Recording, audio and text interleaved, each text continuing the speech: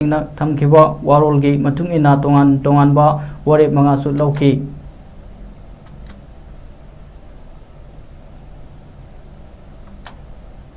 अदुगी मतमदा मपद political conscious ने हो मतमदा नासुसिना erectile politics से यावगी वकलों से लाकदा आइना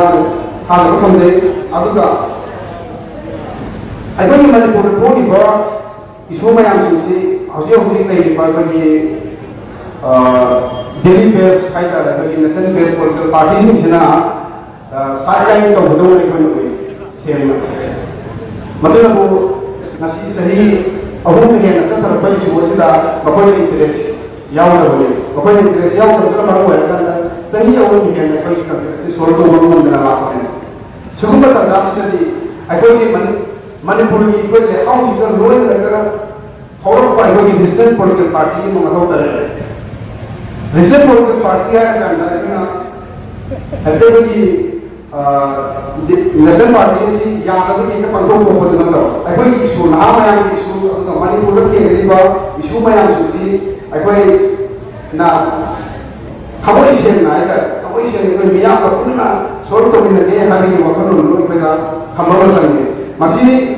हम क्या है तार के कोई ना मरोइना कि सेंस ऑफ प्रेसिडेंट से लाइन मथोका सेंस ऑफ प्रेसिडेंट लाइन का बिकने सेम पॉलिटिकल पार्टी वैदा के साई बना मान थमिबा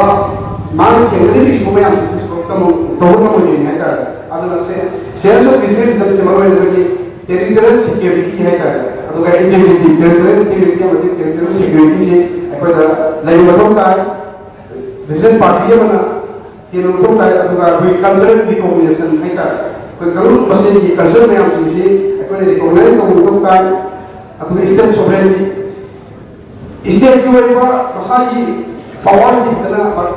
मतिक चांग यूटिलाइज तो हुआ है का अकोई सेंट्रल की नतरगा कि हाई कमांड की यका ये उन्हें थरुक तो होता अदुगा ट्रस्ट बिल्डिंग से नंबर हुआ है अकोई मणिपुर का नहीं बात कम्युनिटी मसेल से आवाम का था अकोई डिस्कशन ले रहे का खाद ना अमर का खाद ना सेल हम कोई मैंने अतोप कम्युनिटी के खास दबा पंगन अतोप कम्युनिटी खास दबा कोई मशीन मरक का खास में दबा ले मसी की चीज ट्रस्ट बिल्डिंग में से मतलब का है अदुगा अदुगी मतलब देखो कानून भाई कम्युनिटी हार्मोनी लाकनी अदुगा सेल्फ रियलाइज इकोनॉमी ले मतलब का है अदुगी मणिपुर से रिसोर्स वा दबा को लेबा मने मखल क्या है रिसोर्स फंगवा से एग्जांपल लेना अगर ये अंडरग्राउंड रिसोर्स मतलब बिता है कि उड़के ले वाटर रिसोर्स ले